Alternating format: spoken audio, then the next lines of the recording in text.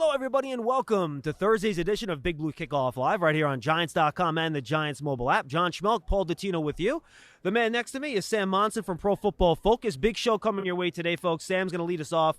We have Jordan Reid from ESPN. We have Robert Mays from the Athletic NFL Show. We have Jim Nagy live, Charles Davis from NFL Network, and then Art Stapleton, who covers the Giants for the Record. So make sure you stay tuned as we have a supersized episode, hour and a half today, folks, of Big Blue Kickoff Live from the Combine. So stay tuned throughout, and we'll get a lot of great content to you. But we lead off with a friend of the program. I think the first time we had you on, Sam, I think you were still in Ireland, if I'm not incorrect, right? Back in the day. Sam's been joining us for a very long time. Sam Monson, he's the co-host of the PFF NFL podcast, does writes for PFF.com, everything else. How you doing today, man? How's Indy treating you? Doing good. It's we reached Thursday though, so we reached the point in the week where the recovery levels are low. We're grinding through. You know, you need sugar levels high. We need blood sugar. We need caffeine. We need to keep grinding. Did you dare the free sample of the Elmo shrimp this morning? I did not. I don't like horseradish. Neither do I. I'm with you on that. If it was just hot, if it was chili, I'd be in. But I'm not. Horseradish, no. Just don't want it. Don't want it. All right, before we get into specific Giants stuff, I'm going to just leave it wide open. First, you've been talking to people, you've been looking at prospects, talking to NFL people all week. One thing that's either struck you as surprising or stuck out to you that you're like, it was definitely worth it to come to the Combine. I just found this out. I mean, obviously the whole Jalen Carter news breaking yesterday when everybody was here and he was 30 minutes from being on a podium supposedly was pretty wild, and just seeing how, you know, this whole room kind of reacted to news of that kind of magnitude breaking just out of nowhere was pretty fascinating. And then the biggest crowd of the week was the crowd around the podium that he was supposedly going to be at, right, but clearly was never going to be, right? Just on the off chance that everybody was dumb enough to send him out there in front of cameras after this thing broke. So that was a pretty fun thing. But yeah, generally the week, I don't think there's been any kind of massive surprises, but it's always a good week to kind of get in front of these people and hear what they have to say personally, and just get that first introduction into who some of these players are, and even hearing from, you know, GMs and coaches. Now, you guys had Ron Rivera on your show, right, earlier this week? Mm-hmm. Sam Howell really going to be their starting quarterback? So it sounds like he's willing to give him a chance to win the job. It's not quite he is the starter and that's it. It's he's going to have a shot to compete with whoever they bring in. And he was talking about bringing in some veteran options, veteran competitions maybe. So I would imagine they sign a quarterback, some kind of veteran, some guy that they are comfortable with starting if Sam Howell can't be that guy. But I think they're going to give him a shot to win that job. So, you know, Washington signing a guy like Andy Dalton would make a lot of sense to me, right? Somebody that if they need to, we can pivot to Dalton. He played pretty well last year for the Saints, sort of quietly. Another guy, maybe? Yeah, somebody like that. So a guy that they would be reasonably comfortable with starting if they had to go that route. But they're going to give Howell, I think, a chance to win that job. He was talking about how every coordinator candidate they interviewed, he gave them a little spiel about Sam Howell, and, you know, this is our guy, this is what we think of him, this is where he is. And then they, you know, some of these guys had takes on Sam Howell as well, so they're definitely treating it seriously. With the legal issues that popped up this week, Will Anderson is the consensus #1 pick overall in the draft, and for a change, the quarterbacks class, which there's some good guys there, this is not the superstar top-notch quarterback class. So how does that affect the dynamic of the buzz that's surrounding this draft, at least from a general perspective? Yeah, it's not like a top quarterback class. There's, you know, next year is always what you hear. Like, next year is going to be amazing. But it is a good quarterback class, I think. Like, it's not like last year where the buzz was there are no quarterbacks worth taking. Like, you heard from a lot of people last season that I don't like any of these guys. If I've got to pick one of them, maybe it's Kenny Pickett, or, you know, maybe there was a team going to talk themselves into Malik Willis. And this is different than that. Like, we like the 4 top quarterbacks in this draft class. Each one of them has something that's a little bit scary. And that's, I think, what makes the debate around this group really fascinating, that they're very different. Each one's got something to scare teams away or something to attract them. But it's a good, not great quarterback class. And I think because, you know, Chicago is #1, it's going to be open for business. Like, the Bears are going to try and trade away that pick. There's going to be a team that needs a quarterback, and maybe several teams that need quarterbacks, potentially vying to trade up and get their guy. Where do you guys stand on Richardson? Because he's the one that has the biggest debate. Yeah. Where some people just like, I got to have this athlete, and other people are like, wait a minute, there's a lot of red flags. Yeah, and I think they're both right. I mean, he's got the highest ceiling because he's got the best tools. His arm is incredible. He's got more wow throws than anybody else in this draft class. His size, his rushing ability, all those things are legit. And we've seen a track record now of guys like Josh Allen and Patrick Mahomes and these guys that had tools to work with but had some question marks coming into the draft. They've worked out, a lot of them. And I think that's going to embolden some of these NFL teams thinking, we can do what we did to those guys and we can fix some mechanical issues or we can make them work within structure a little bit more. And he does want to be an NFL passing quarterback. Like you can see in his tape, it isn't just chaos. There's method to it. You can see him. Malik Willis was chaos. Right. Yes. This is not. It's not the same. Yes. Right. It's very different. It's not just like one read and then run and make something else happen. He is working through progressions. He's trying to be, a pocket passing quarterback, but he has the skills where if it breaks down, he'll go and do something different. And that's a much better place to be than the Malik Willis type of play. So I think there's a lot to like about his game, but it's so erratic. It's so inconsistent. He's so inaccurate on a sort of overall basis that's the thing teams have to figure out. All right, let's stick with quarterbacks. We'll go to Daniel Jones. And this is why I like looking at PFF's data. You have your composite grade, which I know probably gets the most attention, which probably annoys you guys in some ways because there's more nuance to it than that, right? And, it feels like you guys loved his efficiency, his overall adjusted accuracy. I think it was in the top of your quarterback rankings. But then things like average depth of target was really low and things like that.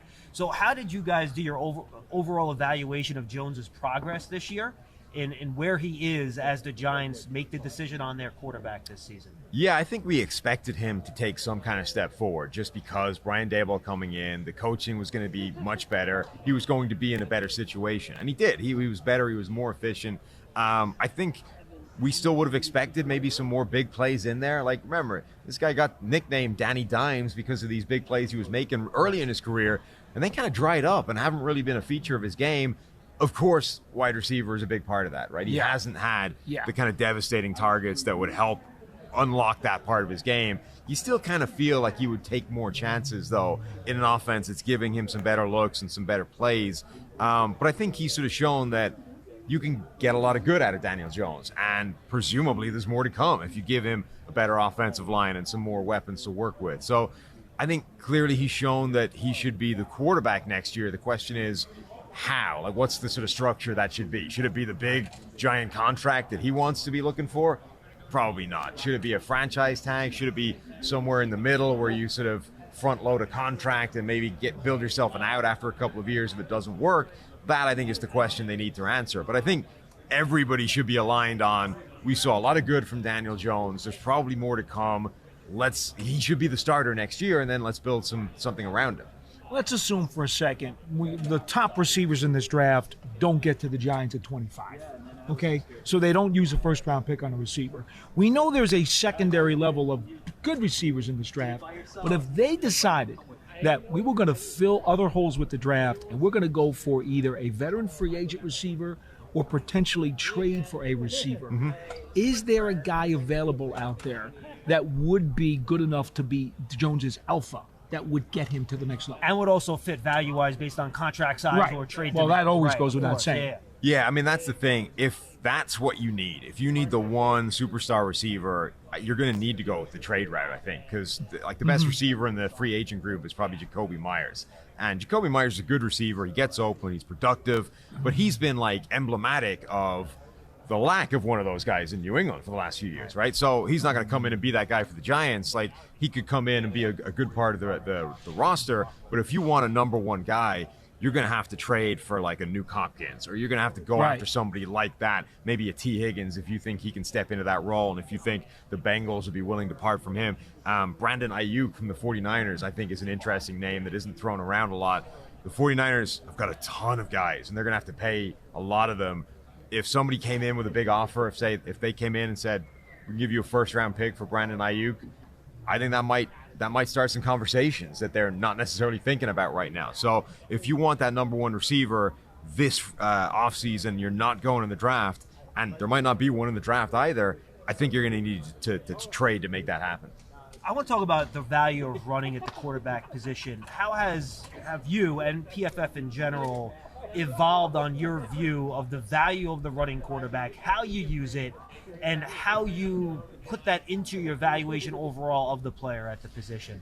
I think it raises the floor of what the offense can do. And when you're talking about young quarterbacks in particular, I think it's important because it can buy those guys time, right? Like before, if you had a quarterback, it was just, we need you to get to this level, and if you can't get there pretty quickly, we're going to have to start over and go in a different direction. The offense has to be competent. Yeah, right? Yeah, and we need to know you can get there, and we don't have time to spend waiting for that to happen because the next guy is going to be available and we're going to have to reboot and start over, and jobs are on the line. So it was this crazy sort of cycle of let's start with a quarterback, then let's reboot, and until we find one. Now, if you have a guy that can bring something reasonably special from a running point of view, whether it's a Jalen Hurts, whether it's Lamar Jackson or Justin Fields, or even Daniel Jones, like if you have a guy that can be that productive, it buys you a lot of time because it lets you raise the floor of the offense. And not this last season, but 2021, the Philadelphia Eagles offense was a top 10 offense, I think, in EPA per play because of what Jalen Hurts did on the ground, because he added like 1,000 rushing yards and 10 touchdowns or whatever the numbers were that year. And he wasn't very good as a passing quarterback, but it was able to balance out, and they were able to have a kind of top 10 offense with that rushing threat. And that meant that he got into this year as the starter. If he didn't have that rushing threat, he probably wouldn't have been the starter this year at all. They would have gone in a different direction. They would have had to do something in the draft maybe, or bring in a veteran quarterback, and we wouldn't even be talking about this guy as like the next quarterback for the Eagles. So I think it's a big part of this conversation with Daniel Jones of that is a significant part of his game. It's maybe less explainable than Justin Fields and Jalen Hurts. It still feels, watching him, like I don't know why this works as well as it does, but as long as it does, who cares? Like right. That's part of his game, and it should be a big part of the conversation. Because without that running aspect of his game this year, I mean, are we having these conversations about Daniel Jones right. On the franchise tag even, right? No. He probably had 5 or 6 first downs per game. Yeah. More than half of which came on third downs, throwing the rushing ability in the red zone, which is a huge part of what they did. I mean, I'm not going to say it carried their offense, but it was a significant part of their offensive success this year, what he was able to do with his legs on the ground. And I think, to your point, it bought them time now to try to put better pieces around him in the passing game, and offensive line-wise, talk about that, to build that pass protection to give him a shot. Yeah, it buys you time, and the other thing it does is it buys you margin for error in game. Overall, it gives you a little bit of time to get better, but it also, within a game, means you can make mistakes. You can miss a throw and get it back by a running first down somewhere. You get sort of time within games and to extend drives and those kinds of things. So you're right. It's been a big part of his game, and it is the reason that I think the kind of consensus is keep him around. Let's give him another year with some better supporting cast and see what happens. And now the target is let's find him some receivers, let's find him some weaponry, and let's keep building that offensive line. And the sort of big cross your fingers and hope part of that is let's hope that Evan Neal takes that big step forward in year 2, follows in the Andrew Thomas footsteps of a guy that really struggled as a rookie and then kind of consistently got better. I need to ask you about Saquon Barkley. Mm-hmm. What did the data tell you about his resurgence this year compared to his rookie season when he was sensational and then had to suffer through several years of injury? I think this was his career year. I think this was the best version of Saquon Barkley we've seen.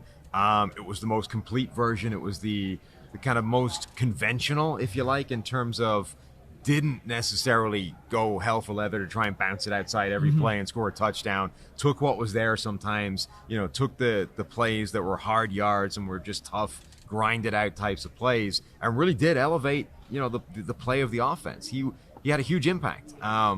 But it's a case of how much is that worth? And that's always the question with running backs, and particularly when you're getting to that second contract. And do you want to reward Saquon Barkley for the kind of season that he had and sort of almost pat yourself on the back for, we took this guy, we knew he was a super talent, and this is it. Like, this was the guy. But I think that's the question mark that personnel guys and GMs and people constructing rosters have to ask themselves is, what is that worth? Because there has to be a line beyond which we don't want to go. And I think when you're talking Saquon Barkley, when you're talking Josh Jacobs from the Raiders, certainly with a long-term contract, I think they're going to want more than that line. And maybe a franchise tag is an option, but if that's going to Daniel Jones, the Giants are in the tough spot where one tag, potentially 2 guys we'd want to keep around. The Raiders probably have more flexibility there because they can tag Josh Jacobs, 1 year, 10 point whatever $1 million it is, and it's a little bit more palatable. All right, final one from me, Sam. We haven't talked much about the Giants' offensive line so far this week. I know you touched on your last question. You mentioned Evan Neal already, but I know based on what I've heard you and Steve talk about on the PFF NFL podcast, you really think a big key for the Giants' offseason is to improve the inside of that offensive line. What's the best avenue for that, and how do you view the Giants' offensive line in general through that lens? I think when you have that kind of weakness, the best avenue is to keep swinging at it every stage of the way. Free agency, the draft, hit it everywhere you can hit it. The Bengals, I think, did a really good job of that last year. They kind of did an interesting approach where they sort of went for tier 2 free agents, but in tier 1 time. They went right ahead. They didn't go, we're not going to mess with the Joe Thuney type of sweepstakes, day 1, big money. We're going to go for those guys right out of the gate. We're not going to wait until day 2. We're just going to go get them right now. I think the Giants could do that where they don't necessarily get involved in the heaviest price tag free agent guys, but they identify the guys they want, the guys that are only going to cost 10, maybe $15 million a year, and they just go right at them and try and sign them straight away, not wait, for everybody to regroup and figure out who's left and go after them then. But bringing in guys like that, I'd be really interested to see them target a guy like Isaac Seumalo from the Eagles. A couple of things. Number one, he's a good player. Number two, it makes the Eagles worse. That can't be a bad thing. But then, keep swinging. Free agency is only one part of it. The draft is going to have some good offensive linemen as well. Keep going. Final quick one for me. How much did Dexter Lawrence blow you guys away? Because he seemed to blow everybody else away, and justifiably so. Yeah, he was amazing. I mean, he had almost the totality of a defensive player of the year kind of season. When you look at his PFF grades, I think he finished slightly ahead of Chris Jones in terms of overall pass rushing grade. He was an absolute monster. It was a weird year because so many of these young, big interior defensive linemen had career years. And it almost takes a third year for those guys to break out, right? And a few of them got hurt and kind of sort of faded away, and we kind of forget about it. But Jeffrey Simmons was on a defensive player of the year kind of track. Quinnen Williams was as well. Christian Wilkins in Miami, Dexter Lawrence, Chris Jones, all these guys had incredible years, but he was an absolute force for the Giants. I mean, he was one of the biggest reasons they won that playoff game against Minnesota. They just couldn't block him late in the game, exactly like we've seen from Chris Jones in Super Bowls and in AFC title games. I mean, he was an absolute dominant force, and huge for them. Sam, good stuff, my man. No problem. Appreciate Thank you, Sam. Sam Monson, PFF NFL Podcast, Pro Football Focus. Go check it out and subscribe. We'll be back with Jordan Reid from ESPN. We'll focus on the defensive backs in this year's draft right after this. All right, we're back here on Big Blue Kickoff Live at the Combine in Indianapolis. John Schmeelk, Paul Dottino with you. It is Thursday. It is media day for defensive backs, cornerbacks, and safeties. And to talk about those positions and others is Jordan Reid, one of the great draft analysts over at ESPN. Jordan, how are you, man? It's good to see you. I'm good. It's like Christmas week for me, so I'm excited to be here at the Combine. Yeah, this is kind of like a big build-up for everyone that does draft for a living like you. You can see his draft content over at ESPN all year round. You're kind of posting rankings, mock drafts, reaction to college football all week. So as you got here today and went to listen to the safeties and the cornerbacks, who did you really want to keep your eye on and kind of get some information from that will help you figure out what's going to happen at the end of April? Yeah, it's always interesting to hear these guys talk just because you see these moments that happen during the season and you want to ask about them just because we're not sitting in the film room. We can't go over the film and ask them why they had a positive play here or a negative play here. So that's the biggest thing that you want to learn from these guys, just what was the why behind those plays. Well, it's interesting to me because a lot of folks have been saying the safeties have been de-emphasized in the game in recent years. But then again, when you look at the safeties who can do all the things, play some slot, even go out on corner every once in a while, all of a sudden those guys seem to be at a premium. So when these guys are coming through the college ranks, what are you now seeing from this next generation of safeties? Are they becoming more versatile out of necessity? Because if they're ever going to make it in the pros, they have to be? Yeah, I think so, just because you get some guys that have safety and then cornerback crossover, just because the more the better that you can do. And then they're not only playing that, but they're valuable on special teams too. And I always say, if you play safety or corner, defensive back in general, go play special teams, just because the more hats that you can wear, the better. But with how versatile and explosive offenses are becoming now, you have to be able to play safety and cornerback, just because these offensive coordinators are so smart to where they can game plan advantageous situations to put safety in cornerback spots or cornerback in safety spots. So if you have the strength or the willingness to be able to play both of those positions, it's only going to benefit you. How did the desired measurables start to change now? Because when you add that versatility and you want to be able to, okay, I'm going to play in the big nickel and I'm going to be a pseudo linebacker and now I'm going to have to cover a slot guy. Maybe I got to go to the boundary. It seems to me some of those standard measurements that everybody used to think were really good are maybe not in play anymore. Yeah, I mean, it just really just depends on the scheme. You have Seattle that likes your bigger, longer type of corners, and then you have some other teams that value those 5'10 or 5'11 guys, and it really just depends on the athleticism, but also the scheme that you're projecting them in.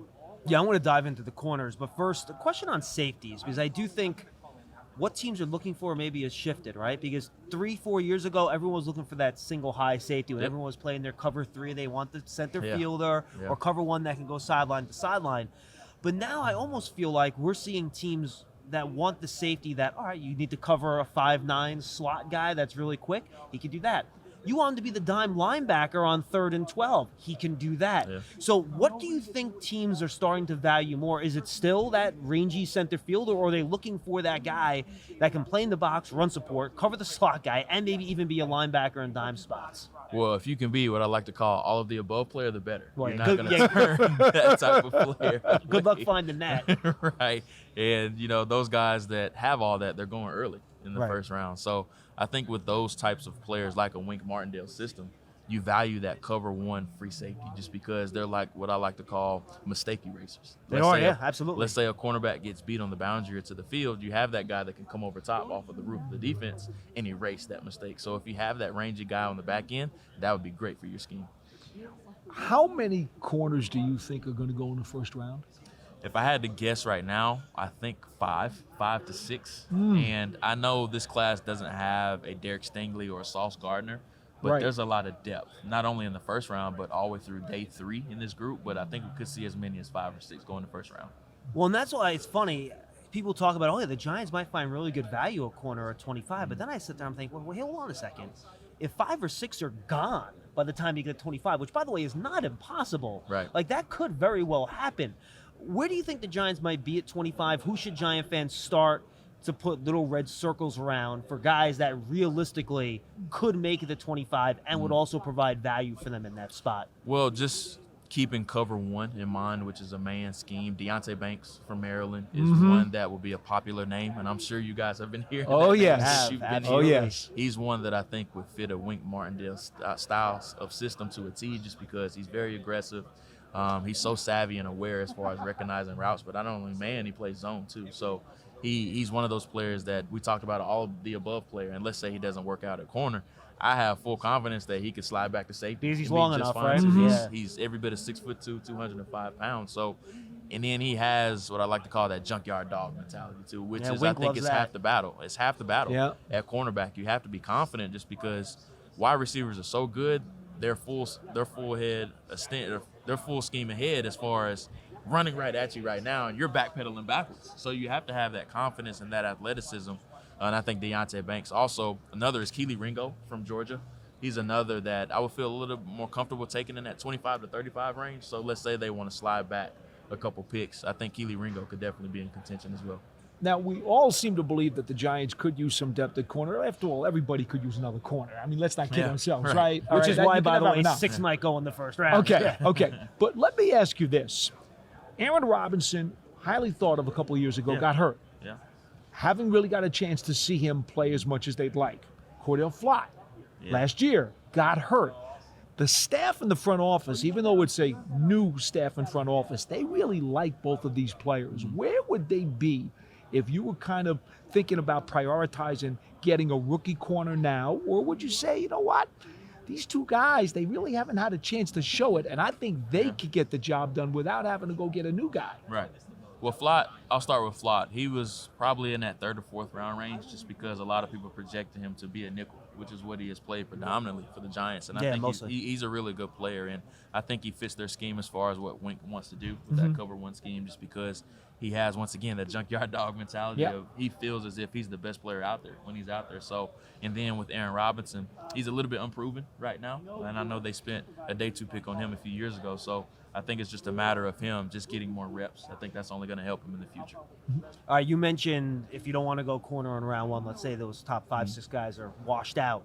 Who do some of the guys you like on day 2? I don't think you want to wait till day 3 on corners. That can get dicey, right? Yeah. So who would you like? And remember, the Giants, thank goodness for us, because we didn't have to deal with another 4 or 5 win season. But, they're picking not 38th in round 2. They're picking 56, 57 in round 2, right? So who are some of the guys that might be still there that you would like to fit into Wink's scheme in round 2? Darius Rush from South Carolina. He had a great Senior Bowl, He was man. awesome Woo. at the Senior Bowl. And, I got an opportunity to see him play against Tennessee. I was at that game live, and he was very impressive in that game too. And that was the first game where Tennessee really got shut down. And everybody talked about Cam Smith, who was another potential first-round pick. But Darius Rush was very impressive in that game too. He fits that cover one scheme like Wink wants to run. And then he's another that's long, he's physical, he likes to come up and tackle too. So Darius Rush is one. And then another who was at the Senior Bowl as well is Tyreek Stevenson from Miami. He's another that fits that cover one scheme too. When you look at some of these corners, are you looking at them as strictly, I think this guy's a boundary corner, this guy's a slot corner, or are you prioritizing guys who you think can play both? And that's a really good question. So in college, a lot of times you get guys that don't switch sides at all. Right. So depending on the strength of the formation, sometimes they'll be in the boundary or sometimes they'll be in the field. So with offenses, you can't really switch sides at cornerback just because everybody's no huddle, they're moving so fast. So the great thing about college cornerbacks is that they're getting experience, whether it's to the strength of the field or to the boundary side, which is just the short side of the field. So I don't necessarily think it's a circumstance of where you're grading them on if they're a boundary corner or a field corner. I think it's where you can get a best of both worlds just because they're getting so much experience. All right, we're going to have the workout start in a couple hours here, Jordan, which is why we're all here, right? Who are some of the guys, you can go any position you want, let's branch out here, that you're really anxious to see? You can throw measurements in there too, how they work out or what they're kind of going to show NFL teams this weekend. So, I'll just stick with cornerbacks. Christian Gonzalez, who's probably not going to be there for the Giants unless something crazy happens. That's a reach, right? Yeah, he's going to run, right? Yeah, he's gonna blow the doors off of the combine. He's gonna run probably high 4.3s to low 4.4s. He's gonna jump 40 plus in the vert and then exceed 11 inches in the broad jump too. So I'm really looking to see him. And then Darius Rush, I'm looking forward to seeing how he tests. Tyreek Stevenson, I think he's gonna be really good. Julius Brents from Kansas State, I think he's another that's gonna test really well too. We've had a couple of guys tell us they're kind of curious about what Witherspoon's time's going to be. Yeah. It's not only his time speed, but it's also his size too. And he's listed at 6 foot, 180 pounds on the roster. So we'll see what he does come in at weight wise and then also height wise. Just because the interesting thing about this cornerback class is that it's a really big group. There's some corners that are 6'1", 6'2", and even 6'3". You mentioned Brent, Brent's 6'3", So it's a really big group, but he's the one that's a little bit more on the shorter side. But there's some people that have him as a top-ranked corner on their board. In general, is there enough run support corners amongst the first 3 rounds in your mind? Oh, yeah, absolutely. All these guys are very aggressive. Outside of Emmanuel Forbes, he's the one that's a little bit more reluctant as far as a tackler, but as far as the guys that are at the top, I think all these guys are physical. All right, let's go real quick before we say goodbye. Skill position. Giant fans are excited to get weapons around Daniel Jones. At 25, we'll see about a receiver. Yeah. I don't know. Keep in mind they have a 5'9" guy in Ronald Robinson that's probably going to be the slot guy anyway, which I think makes it a little bit difficult to find the right fit. Do you like a wide receiver there, or would you think about going tight end there instead to kind of give Mike Kafka his Kelsey with the Giants type of feel? What do you think? So since it's such a deep tight end class, I would kind of wait on that. Wait I don't on that, think okay. they need to take one early, but wide receiver, there's a little bit of a drop-off after those top 2 guys, but one player I love for the Giants is Jordan Addison from USC. I don't know if he's going to be there. I was going to say, I don't know if he's going to be there, but he can do about everything, right? I think he would be. I've already given up. I know it's not happening. I know it's not happening. Don't get your hopes up, right? But yeah, Addison would be a really good fit for them if he's there. Do you see Smith and Jigba as a slot only? So that's a really good question. His draft stock and his evaluation really reminds me of Justin Jefferson when he was coming out. Because a lot of people thought he was a slot guy only too, though, when he came out. It's a good point. Not saying he's going to turn into that type of player, but as far as just his evaluation, it reminds me a lot of when Jefferson was coming out, just because LSU had Terrace Marshall and Jamar Chase on the outside, so it's kind of like it was Garrett Wilson. It was an embarrassment of riches to where he was stuck playing inside, but that offense was so explosive, he still put up numbers there. With him, with Smith and Jigba, you have Chris Olave, Garrett Wilson, but also Marvin Harrison Jr., which is probably going to be right. a top 5 to top 10 pick next year when we're here next year. So it's kind of like he just had to play the slot, and he just made that his territory. So it's kind of, I wouldn't say it's unfair to knock him that he's a slot only, but that's all he was asked to do when he was at Ohio State. Now, quick follow-up on that real quick. I've read a couple of places that people might not think he's going to run this weekend. Yeah. Because I think there is some feeling that he might be a high 4.5s guy if he does, right? Yeah. And then I think that would kind of, I'm hoisting the red flag for NFL teams now, because I think they do, if you want to play him outside, I think teams want to see that sub 4.5 speed, right? Yeah, and that's what helped Jefferson. He went out and ran a 4.44. That surprised a lot of people with that too. That silenced a lot of questions as far as his outside speed, so I think you're spot on as far as a lot of people want his speed questions answered, just because on tape he looks like 4.55 to 4.59 guy, if I had to guess, but NFL teams, they want to see the time. They want to get it timed on their stopwatches just so they can have it officially. I don't know, Ohio State will make the 40-yard dash a little downhill. They'll make it 39. Yeah, they'll make it 39 yards. It'll be fine. It'll be okay. One final one from me, Jordan, and we know how detailed you are. We've had you on many times before, so I'm going to give you a question we haven't asked anybody else in the first several days that we've been here. Who will be the biggest shocker that rises in the first round, and the biggest shocker who everybody thinks is a first rounder and he's going to fall out? Ooh, you put me on the spot with that. Riser in the first round. I think so. This guy was seen as a top 10 to 15 player coming into the year, but after the combine, I think he's going to shoot back up boards, and it's Keely Ringo. Just because you have to have a specific scheme for him, you have to have a mixture of man and then also zone covers. But he was a big-time track guy in Arizona. Yeah. He ran, I think, 10.2 or 10.3 in the 100-yard meters. So I think he's going to run 4.3. He's going to jump 40+, and then he's going to look really good in the drills. So Keely Ringo would be my bet. And then, I'm just going to stay with Jackson Smith and Jigba as far as somebody that could slide, especially if he does everything but the 40-yard dash. Cool. Jordan, this was great, man. I appreciate it. Great to see you. Reid from ESPN. We'll be back with more Big Blue Kickoff live from the Combine in Indy right after this. We're back here on Big Blue Kickoff Live. John Schmeelk, Paul Dottino from Indianapolis at the NFL Combine. It is Thursday, and while we're here to learn about draft prospects, free agency comes first. It's kind of a weird dichotomy, and to talk about it on today's show is the great Robert Mays. He's the lead NFL reporter for The Athletic? No, I'm the host of the Athletic Football Show, I guess is how I would frame myself. It's kind of a naughty situation over there. We got a lot of stuff going on. Yes, and you have a lot of great colleagues. We're going to have Dane Brugler, your draft expert colleague, truly on the tomorrow's expert, show. yes, and he's also, I think he's your Wednesday host on the Athletic Football Show? Yes, Prospects Pros runs Wednesday on the Athletic Football Show with him and Andy Staples, and we will have a lot more Dane over the next 2 months before the draft. So, and Lance Zierlein also contributes. Lance is on now too. Well. Yes, he just joined again now that the off season is here because he's a less busy man. So they do a fantastic job over there. Is that possible? Yeah, and you guys do a great job as well, Robert. So right now, obviously, Giant fans, while they're interested in the draft, they're happy they're picking in the 20s for once instead of picking in the top 10 like they have for most of the last 10 seasons. And they're worried about free agency with Daniel Jones and Saquon Barkley. What are you hearing? How do you think this is going to play out over the next, 5 days until the franchise tag deadline shows up early next week? I mean, based on everything Joe Schoen has said, it does seem like they are committed to keeping Daniel Jones on the roster, whether it's through a long-term extension or through the franchise tag. So I thought at parts of the season that wasn't necessarily a guarantee. Even in the middle of the year when they were outperforming expectations, both team and on Daniel Jones' side, I still thought that there was a chance maybe they move on. They obviously didn't give him the 50-year option.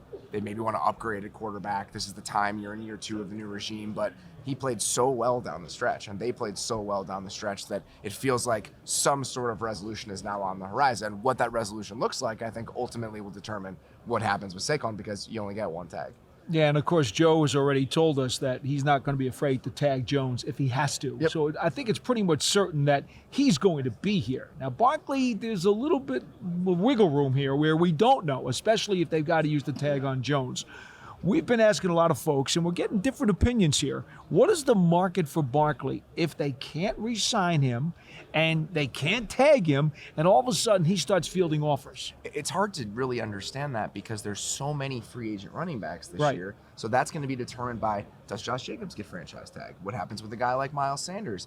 It's a huge running back market, and there are a ton of running backs available in the draft. Yeah. And we've seen this in the past when scarcity starts to creep in a position, the market gets driven up for players. So last year, you have all these guys potentially hitting free agency that get re-signed. Mike Williams, Chris Godwin signs an extension. Right. And obviously, Christian Kirk makes $18 million a year because there are no available free agents at that Timing. position. It's all about timing. It's all about timing. And then last year, you have a couple receivers in the first round of the draft, but after Drake London, Garrett Wilson, and Chris Olave, that starts to dry up a little bit. So the free agent market then becomes even more important. So how does the available players in the draft and what happens with the rest of the free agent running backs impacts how many teams need one? Because that's how markets are dictated. Yeah. So if you are Saquon Barkley and you go out into free agency and you're the only free agent running back because of 5 other factors you can't control, there's a chance you could make more. Right. But he could be sitting there 3, 4, 5 days into the free agency period saying, my market is not what I thought it was going to be, is my best spot to come back to the Giants on a slightly smaller deal. That was going to be my hypothetical. Just because he may reach free agency and they don't tag him, that doesn't mean he's not coming back. Absolutely not, He may especially- not like what he hears on the telephone. And I think that's what you have to do. It's like, well, explore the market and then maybe get back to us. When you're a team like the Giants, they have so much financial flexibility, they can afford to be patient because they don't have $6 million in free agency money earmarked like they had last year. Right. It's not just Mark Lewinsky and nothing else this season. Right. Like they're going to be able to be patient, have a lot more wiggle room, and I think that makes an eventuality like that possible. Yeah. Yeah, so I guess then when you take a look at that free agency flexibility, right, a lot of it depends on what happens with Daniel Jones.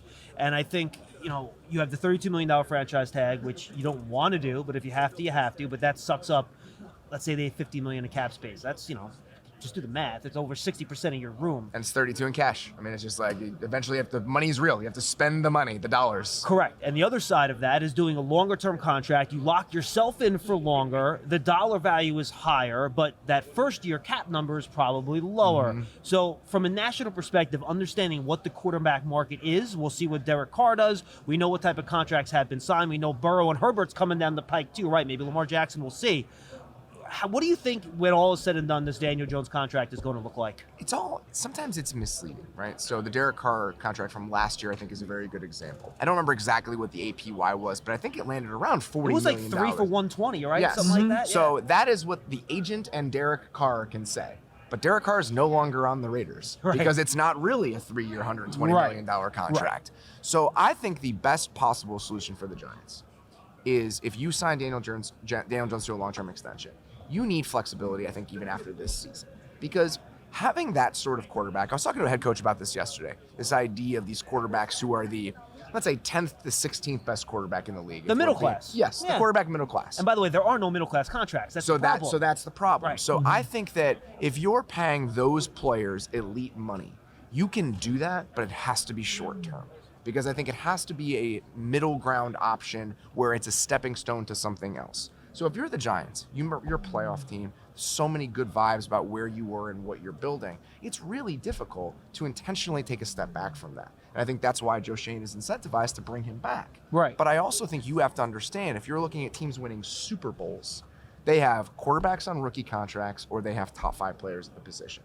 So you have to make sure that even if you commit to Daniel Jones for a year or if it's a 3-year contract, you're not cutting off avenues to get a player from one of those 2 pools. And that's where my mindset would be if I were the Giants. Which is kind of what the Eagles did with Wentz and Hurts in a lot of ways, right? Even though they did sign Wentz to that long-term contract, they still drafted Jalen Hurts, and they were able to get off of Wentz if they had to.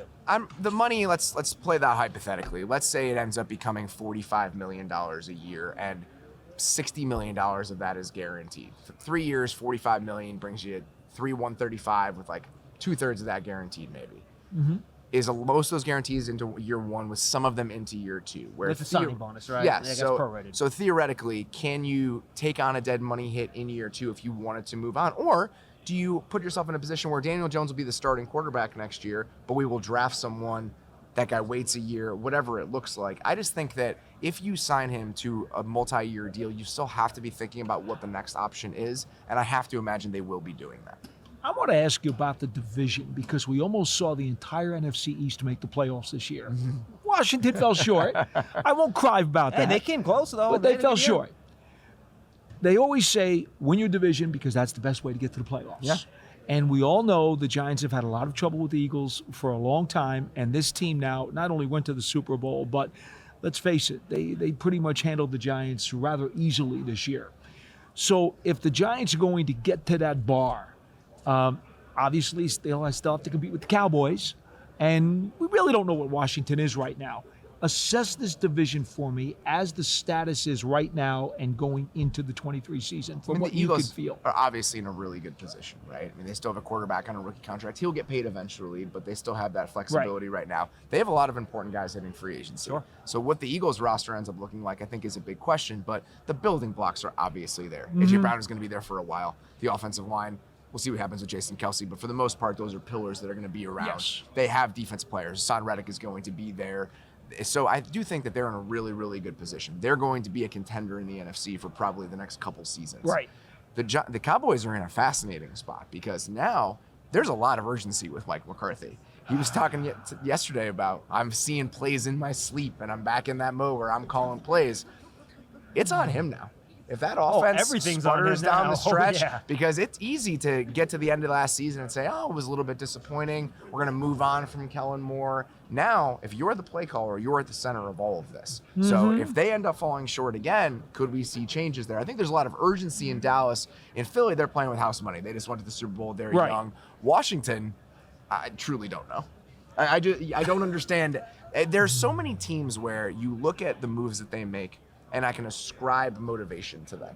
I understand why you would want to do this because you're trying to accomplish X. With Washington, I can't do that.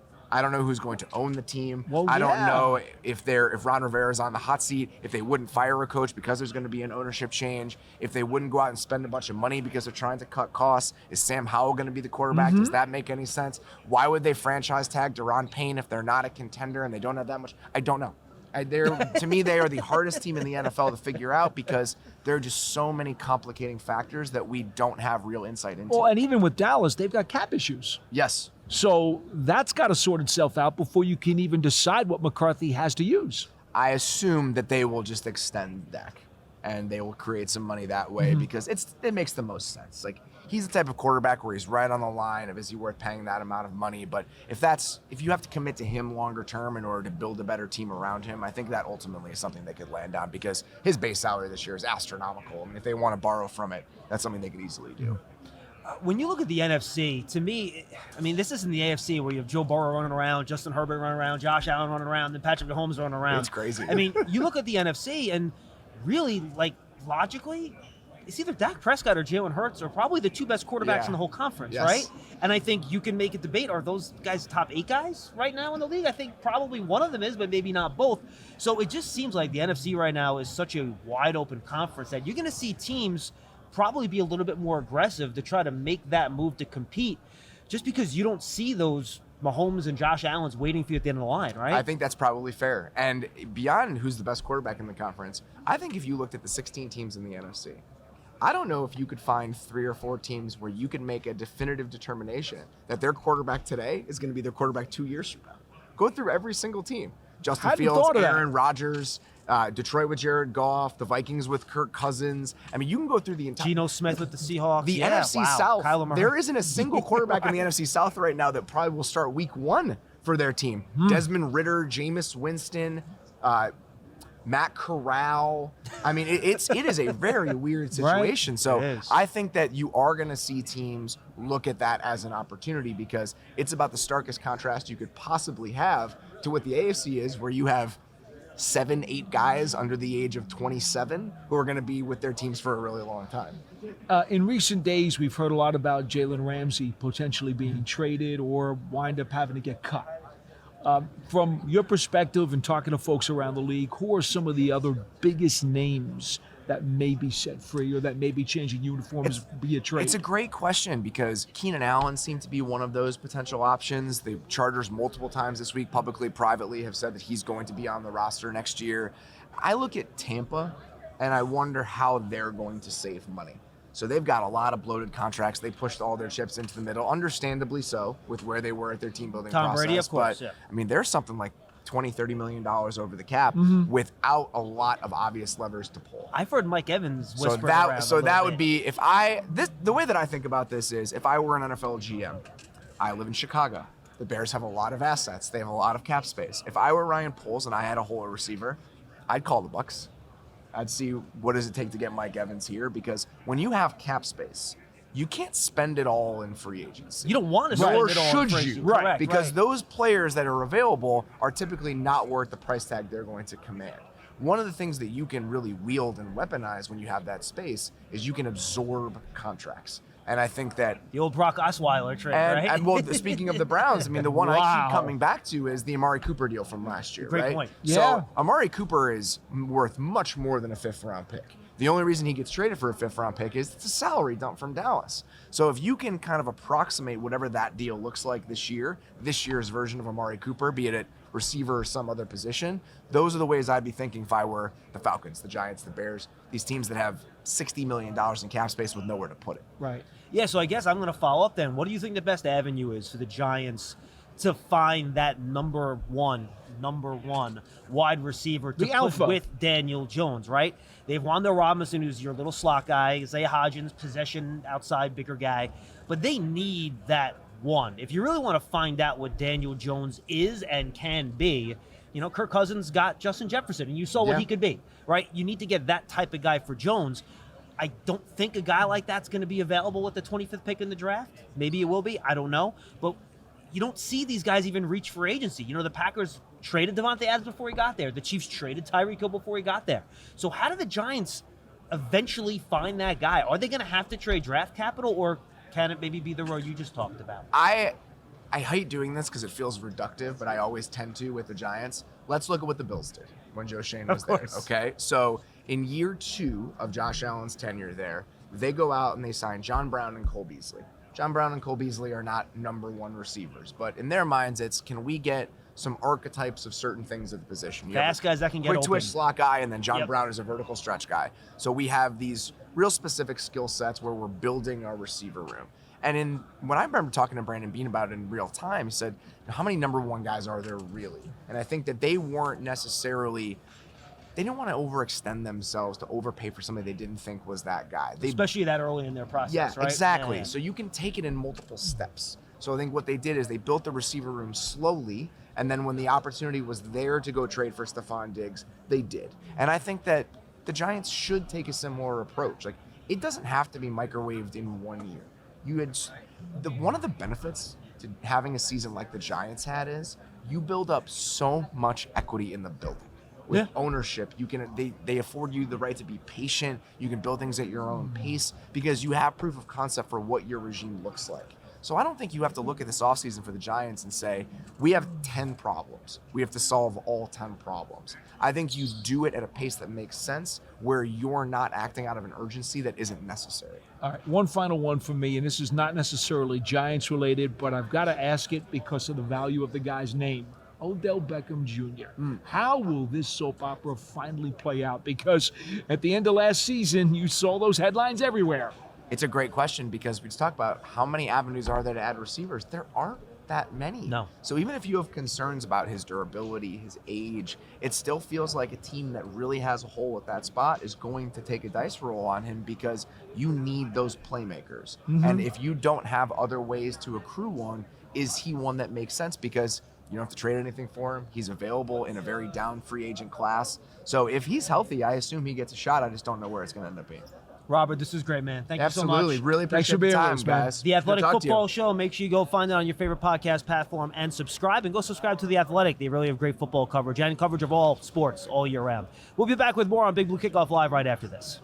All right, we're back here at the Senior Bowl in Indianapolis. Actually, this is the Combine. I'm sorry, but I have the Senior Bowl on my mind here because right next to me is Jim Nagy, the executive director of the Senior Bowl. I like it. Time warp. And we were going to talk about his guys that were at the Senior Bowl that are now here at the NFL Combine. He mentioned it feels like Groundhog's Day out here. That's what happens when you start saying things like that. Jim, good to see you, man. How are you? Good to see you guys. Thanks for having me back on. No, all right. Well, let's start there. Who are some of the guys that you had at the Senior Bowl that you think are going to show up here and make a name for themselves again when they test at the NFL Combine? Oh, geez. Where do you want to start? What position? You tell me, man. No, there's a lot. There's a lot of guys. I mean, the nice thing for us is having that Zebra technology data that all the 32 teams use in your facilities. So you can look at some of the time stuff. Our fastest player this year was Darius Rush, a corner from South Carolina, who going into the week there was a little bit of a speed concern with Darius. And I'll say this, like as scouts, like that's such a lazy cop out for scouts. We always do it like big corner, can he run? And he busted that. I think it was 21.6 on the miles per hour. So I think he'll test really well. I think today we've got the D line and the linebackers up. I look for a couple guys out of that group. Adetomiwa Adebare. I'm still really struggling good. with it. Yeah, Northwestern. Just go Tommy. That's fine. Just go Tommy. It's Yeah, okay. that's what I called him during the week. Yeah, so if he hits the marks that he hit on Bruce Feldman's freaks list that were reported to Bruce by the Northwestern training staff, Right. like he will have the top mark in every category compared to last year's DT class. So that would be big. And then Ivan Pace today, the linebacker from Cincinnati, who I'll raise my hand on this one. Like I questioned speed a little bit. Thought he was like 4.5, 4.6-ish guy. He's like our 5th or 6th fastest guy at the entire Senior Bowl this year, like faster than the corners and stuff. So he might, based off the times and looking how it projects, he might run a 4.3. So we'll see. We'll see how it goes. But the Zebra stuff kind of leads us to the Combine and who might show out here. So many of these guys keep opting out of certain events, Jim, and Yep. some guys not even come. I Yep. mean, it happens. Yep.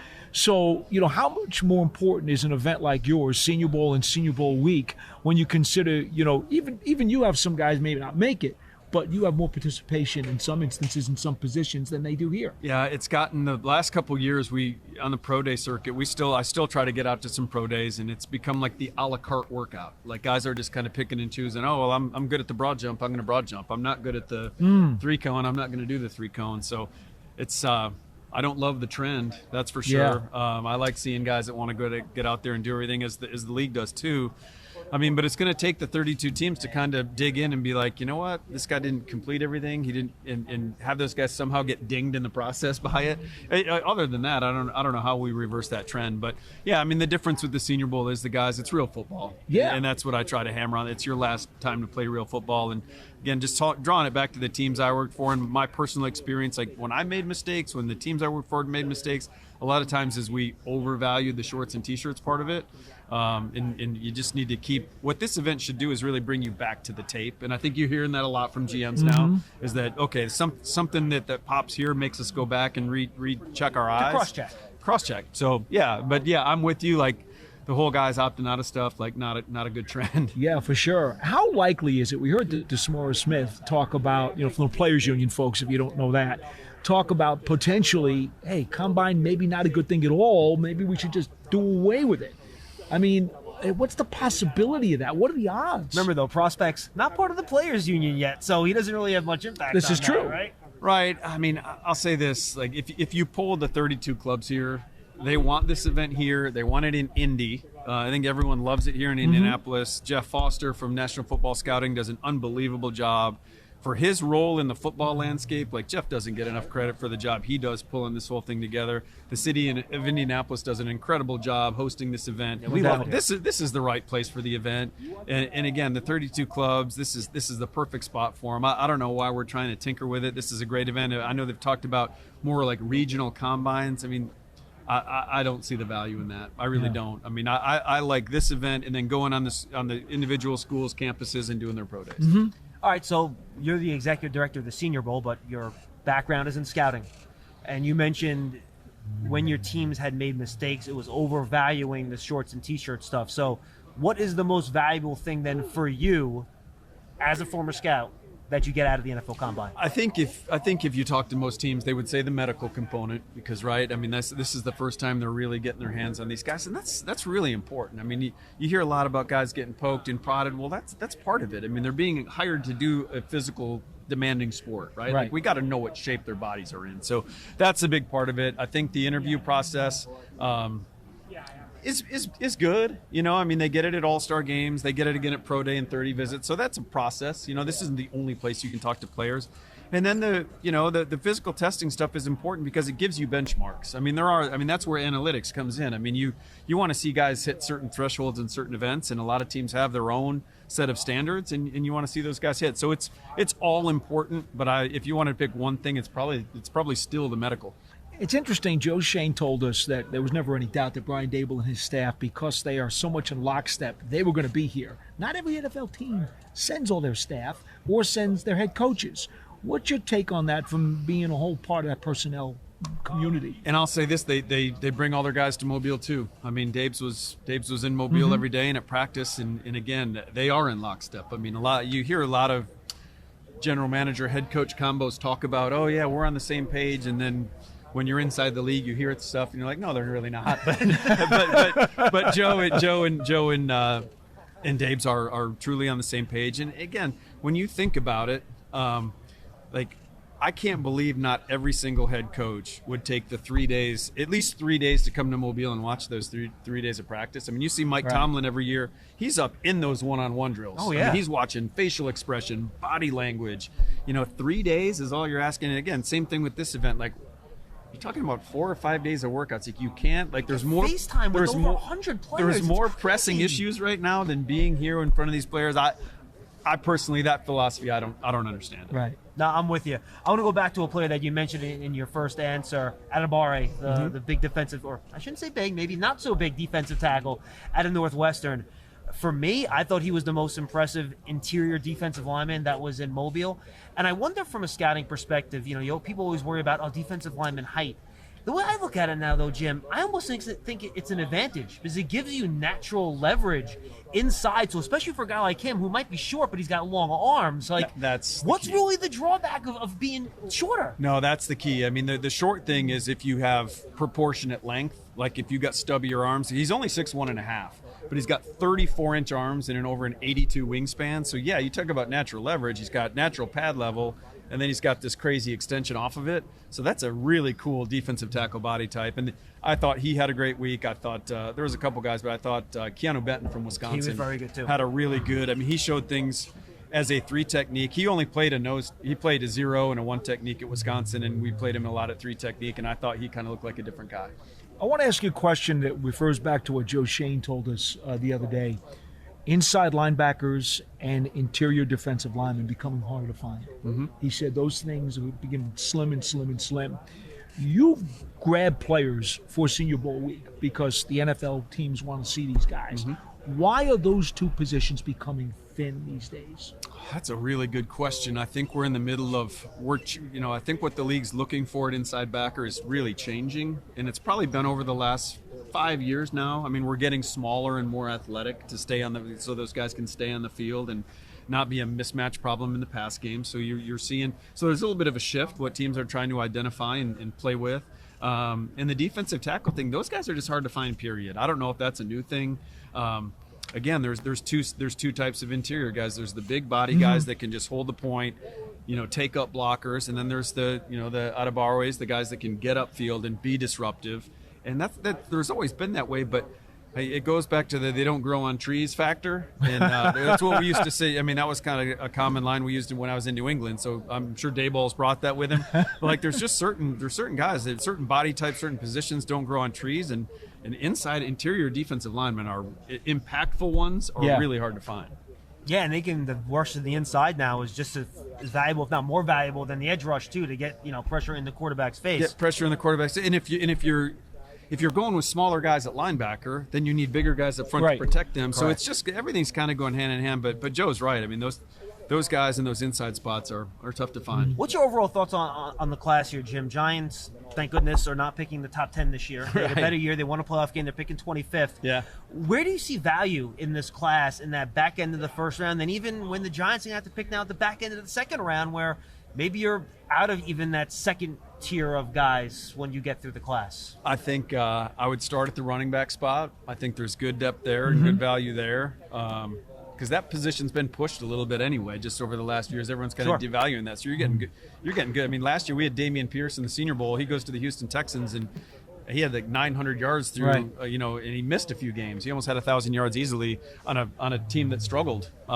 So running back, I would say offensive line. I think we had 5 or 6 guys in Mobile that could be first-round picks. I'm not saying they all will, but I think there's 5 or 6 guys that are worthy of that will be in that conversation, especially on the there's some interior guys that I think could come in and help the Giants right away, like Osiris Torrance from Florida. He might be gone by 25, but Cody Mock from North Dakota State is, I think, the only guy in this class that can play all 5 spots.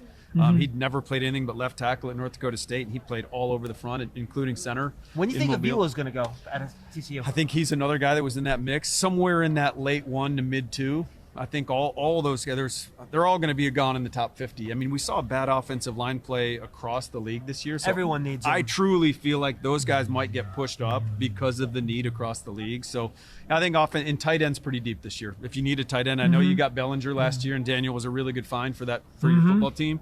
But if they wanted to add one there, this is a good year to add a tight end. We've heard some people say there could be as many as 20 corners in the first 3 rounds. And that's another corner. And especially really some of the larger corners, too. Yeah. Bigger 6-footers and up. Yeah, we that was one position group that performed better in Mobile than I thought. There's a lot of guys that outperformed even my expectations, and that happens every year, and I'm always excited to see it.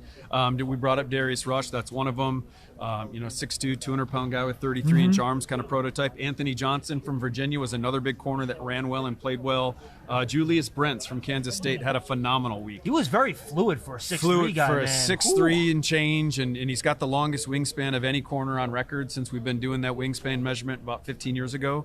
So he's a guy that really played his way up. I think he's in that second round range too. So Stanford corner played well. Caillou Blue Kelly was another guy, and I know there's a bunch of juniors in the class too. So yeah, I mean, you're going to get starters in that top 100. I could see 20 guys going in the top 100 because that's a premium position. You look in free agency, those guys are getting paid. So you're trying to find guys in the draft that end up getting paid. That's why everyone's jumping on wideouts now, because those guys are getting paid. So rookie contracts. Yeah, you're looking at the rookie contracts thing. So yeah, this is a really good corner class as well. That's a good point. I wanted to give you a chance, Jim. I know you're very excited to see Daniel having the success that he has, former Senior Bowl MVP. Absolutely. And I know it doesn't surprise you either, right?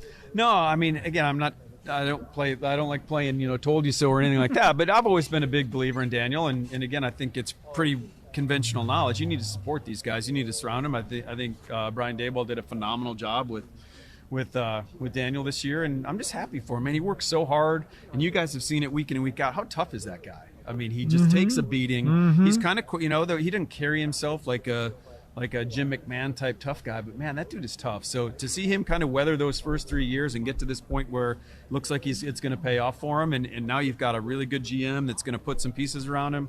I'm excited for Daniel. Just before we started, you mentioned Davis Webb also, who was another Senior Bowl MVP. Yeah. And now he goes into the coaching ranks, and it's funny because I guess ever since we've known him here with the Giants, and maybe he showed these traits when he was at the Senior Bowl, he's got the coach's mentality. His dad was a coach, and he's always got the wheels turning. He's on the fast track, man. I mean, that's a pretty unique thing that you could still be making a player salary and playing football, and you choose to, go to the other side. That's pretty unique.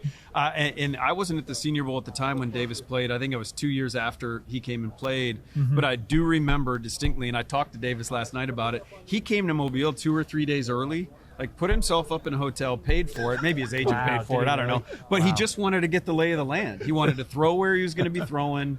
He wanted to get the feel of the city. Like, in my 5 years of the game, we've never had anyone even think about or talk about doing that. Right. So when you talk about attention to detail, preparation, like putting thought into the job, I mean, those are qualities that make a good coach. So Davis has all that stuff. Special guy. Yeah, he could be on that kind of Kellen Moore fast track, I think, who kind of did the same thing, right? He was a backup, and then all of a sudden went to coaching, and he kind of elevated real quick. Final question. Yep. Hendon Hooker, a guy that was at the Senior Bowl, but obviously because of the injury he couldn't play. Right. What was the feedback you got from NFL teams as you talked to him for where he might go here? Because it was terrible to see him get hurt late in the year. He's having such a good season now. It's in a very collegiate offense. It's not an NFL offense, obviously, but he has the tools. So what have you heard about Hendon Hooker, where he might go, and how teams view him as a developmental quarterback? Yeah, he was one of two guys. We had two guys that had senior quarterbacks that had day 3 grades for our staff going into the fall. And 2 guys broke into that day 2 range for us, and it was Hendon Hooker and Bo Nix at Oregon. Now, Bo went back to school. He had a great year. But yeah, I thought Hendon worked his way up into that second round range. And I think, first of all, the feedback from interviews was great. Watching him behind the scenes and in the meeting rooms, I sat in a quarterback meeting one day, and just to see him attached and he was trying to learn just like the other quarterbacks, even though he wasn't going out there to execute anything. But he's a really genuine person. And I think that comes across when you meet him. I think he's winning teams over with just his genuineness. And then I think the deeper some of these GMs are getting into some of the other quarterbacks, and then they get to Hendon, they're like, well, wait a minute, now we're all talking about some of these other guys as first-round picks. This Hendon Hooker's tape's pretty darn good. Why aren't we talking about him up there? So I think that's what's happening a little bit. So it'll be interesting. He's got the injury. He's 25 years old. I don't think that's a big deal at all. I think that all these guys are playing later into their careers. So what's a couple years on the front end if you're playing later on the back end? I don't think that's a big deal at all. So I'm excited for him, man. And where he's going to go, I don't know. It would be really cool if he, despite the injury, he stays somewhere in that second round range. Would be awesome. All right, before we go, anything with the Senior Bowl you want to get out there, stuff that you're doing, anything you want to promote, Jim? No, it's just a constant process, man. We can't. Everyone's asking me, did you have a successful year? And I say, well, we'll know in April. We'll know at the end. I measure it all on our draft picks, so we'll see when that comes out. But it was a great year. I really appreciate the NFL coming down. Joe and Dave's, they support what we do a lot. Guys on their staff, I mean, they do a great job scouting. So no, we just appreciate the Giants coming down, and you appreciate you guys having me on and helping promote the game. It's great. Hey, we hope to have you again before the draft, Jim. Thank you very much. Absolutely. Excellent, guys. Jim. Nagy Always good from to the see you. Senior Bowl. We'll be back with Charles Davis from NFL Network right after this. All right, we're back here on Big Blue Kickoff Live from the Combine, and we're joined by the one and only Charles Davis. You can find them on all the coverage of the Combine on NFL Network. The events on the field start on Thursday throughout the weekend. He's also on the number 2 crew over at CBS. Charles, John Schmeelk, Paul Dottino, by the way. How are you, pal? I'm doing great. It's so good to see you guys again. I mean, this is so much fun because when I come in to do a Giants game, and last year, how lucky did we get? The AFC, NFC, normally. Now, I hear that next year with the new TV contract, there's going to be a lot less of that, be a lot more crossover. So I hope that continues to keep us in the mix. But I think we got to see you twice in New York. Yes, you did. And we would see each other because you were getting ready to go out and do a ball game. And so you were over there grinding, trying to get ready for your ball game before you came back for Giants stuff. And I'd see you over there. Well, you were just eating all the time. You weren't doing a whole lot, Sean. No, I'm just kidding. First of all, I'm just kidding because that was this me. is the guy that was me stuffing my face in the cafeteria the whole day. Yeah, they would ask, they'd say, "Hey, do you want to sit?" And I was like, "No, the cafeteria is fine," because I was stuffing my face like 90 going. They have a good lunch. Oh, they got a good spread. Whoever's in charge of the dining hall in the New York Giants facility, I love you. All right. And clearly, no one here has been shy about attacking the spread in the Giants facility. It Clearly, is the greatest spread going. All right, Charles. So we always have Charles on closer to the draft. We really dig into the Giants stuff then with him on the Giants huddle. So for today, Charles, as you head into this combine, what are the things for you that you think are going to be the most important that we're going to walk away from this combine and saying, all right, we have significantly more information and we know more how X, Y, or Z is going to go come draft day? Well, we got the news earlier about Jalen Carter at Georgia. Right. We're not going to have any information or news or anything that's going to come to a conclusion until we get closer to the draft. Correct. All right, we know that. Horrific circumstances. 2 people lost their lives, and now those families are going to have to relive all of that as more and more information comes out. That's where my focus is on that. Second thing, quarterback situation, starting with Bryce Young. This is this is Wednesday, right? Yes, this is Wednesday. This is recording on Wednesday. We're airing this Thursday. Okay, I believe on Thursday is when the quarterbacks come through for height, weight, measurements, all that. When we find out what Bryce Young weighs and height, it's going to be a big day. Because you guys have been here how many times now, right? Well, let's not count because that dates And us, by the way, right? almost weight's more important for him than height, Weight right? is going to be more important. Got to be sturdy. But I'm taking us back. You remember when we were all waiting with bated breath for Kyler Murray's height? And I think he measured over 5'10", and everybody went, okay, we're good, right?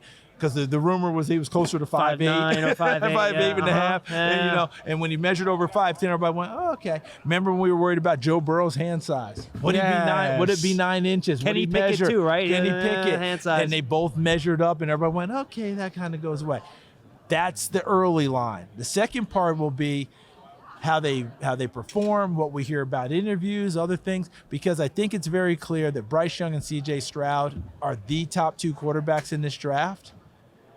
Will Levis, it's going to be interesting when he comes out of this combine how people continue to feel about him. I think he might jump Stroud, Charles. I don't know about that because I'm just telling you, when I turn on that tape and watch, the consistency factor in throwing the football is all in C.J. Stroud's camp. Stroud's more accurate. There's no doubt about it. But Levis is going to get a Josh Allen bounce because anyone who's worried about actually throwing the football, the big guy playing, remember years ago before Allen, we always said, and what you see in college is about what you get in the pros. Right. You don't get more accurate in the NFL because the DBs are better. Right. And Josh Allen jumped up to 70%. He's still the outlier. He is the outlier. He's still the outlier. Mm-hmm. But guess what? If you like someone, you may say, well, he might be like Josh Allen. And the biggest one in that is going to be Anthony Richardson in Florida. That's going to be the one that if you're in love, because by the way, he is the single most gifted physically quarterback in this draft, bar none. And that includes Will Levis. He's Cam Newton. It's no question. He's Cam Newton. He is a monster, gorgeous. Have you guys seen him throw in person? I have not. I got to watch him throw in person last summer. The ball just comes off his hand, and you're just like, you know how you swoon when you're like, ooh. That's what you do when that ball jumps off of his hand. But what's been the issue? Consistency, no accuracy, question. all those things. If you watch that Utah game, he's the first pick in the draft. If you watch the next game, he's a 4th round. Right. He's a 5th round pick. That's a great point. And the bottom line on all that is we're not going to get the Coach Parcells quarterback formula anymore. You can't. Because they're coming out early, right? Right. So you're not going to get the number Plus, of starts. head coaches also don't have the ability and the luxury to be patient with those guys. They got to rush them in. They got to rush them in, and they got to go play them. It's a perfect point. And here's the thing. Remember who took the league by storm last year as a quarterback and came out of nowhere? Was Brock Purdy in San Francisco. Mm-hmm. Perfect system to go to. But he also had 46 starts in college. That's right. That does not hurt. Yeah. That kind of helps the Parcells rules. And that's where coach is going, how many times I got to tell you, if you listen to me, you'll learn something. And he's right about that. His formula, I've gone and looked at it a lot. It holds up pretty darn well. It does. It holds up really well when you have guys had it. But we all know we're not likely to get as many of those people now as we used to in maybe the past. With NILs more than maybe. That will help. Maybe. The NIL may keep some more people in school at least an extra year. I think you're right on that one. And that's kind of where I wanted to go next, Charles, because... Oh, you're going to give me an NIL? No, I don't want to give you one of those. Because I can tell you right now, Tennessee, if I'd been there at Tennessee when the NILs came in, I would have been paying them. They would have been like, Davis, I got to tell you, your NIL is you owe us. Okay, I got it. How are we in terms of impact of NIL in terms of these draft classes, not just this year, but in the next year or two? Because we already know the draft classes that have come out the last 2 years have been impacted by the extra COVID year that some of these guys were able to get. Oh, this one too, by the way. We're still, 1 or 2 more years of super COVID because they have to grant it for those classes. We can have that 6-year college We players. can have 6-year, and they're much more willing to give you the extra year for medical. So some of these kids will be 7-year. I mean, so that we will have. I think that you've raised a really good point. Some of these kids are going to stay that extra year, maybe 2 years, if that NIL is kicking in. And you know something? It might help the game. It might help us in the game because we're not getting the youngsters coming in. Almost like I'm talking about NBA, don't I? Yeah, remember really the NBA, does, right? right? With The high school NBA kids, with the high school kids, and can they stay in school longer and all that other stuff? But I do think the NIL may serve that purpose. The flip side is it's got to be figured out. You know, everybody's got to make sure they understand their NILs because sometimes you get an NIL and it doesn't work, and you have to go somewhere else. Okay, Spencer Rattler may be the best example for me. One of the most highly touted kids coming out of school, goes to Oklahoma, is the starter there, loses his job to Caleb Williams, had a pretty good NIL at Oklahoma, ends up transferring to South Carolina. I don't think the NIL followed him from Oklahoma to South Carolina. I don't know if he got a new NIL at South Carolina. And by the way, so happy for that young man because he really played well down the he stretch. had a nice year, yeah. Although he dinged my Tennessee Vols. But his last 2 games, he took out Tennessee with a big game. He took out Clemson with a big game. That's the Spencer Rattler they were hoping to see. But the NIL is a different animal if you don't play to the level that they're putting it out there for you. Yeah, 100%. Top of the class, Charles. We know, again, we'll see what happens with Carter, but let's Yeah. just assume that gets smoothed out. It's Carter, the Alabama outside linebacker. Will Robinson. Yeah, obviously, Anderson. I always want to say Will. That's okay. I grew up- Robinson's that running back, by the way. but I grew up with Lost in Space. There you go. Danger, Will Robinson. Danger. Oh, by the way, want to hear some trivia? Sure, why not? Okay. That line was only said one time in all the episodes. Really? If all the episodes, Danger Will Once? Robinson was said one time. I thought it was every episode. I was just reading this trivia recently. It was said one time in all the episodes of the whole thing, but it became the iconic. Wow. line. All right. Anyway, moving right along. Anyway, so I was going to ask. Oh, that's right. Will Anderson. So, okay, yeah. So you got Anderson, you have Carter at the top, right? Yep. What's the next tier, and how far does it go? Like, do you have Tyree Wilson up there with those guys? Do you have him a tier down? And then after him, you have all the corners. You have Yep. like Skoronski. How big is that next tier? So after you get out of that top 5 or 6 with the quarterbacks, are we looking at like a 15 deep group where it kind of doesn't matter where you're at? It's going to be interesting to see what the final number is. There are a number of people in this business that we all know do this like we do, but some of them really do it, and I respect the heck out of them. I believe it was Matt Miller that I was reading. I think Matt's terrific. I think Dane Brugler's terrific. Yeah. I could go on all day about a number of people who are terrific. So Dane will be on Friday's show, So, by so the I way. apologize if I'm missing it. I will be here for a while.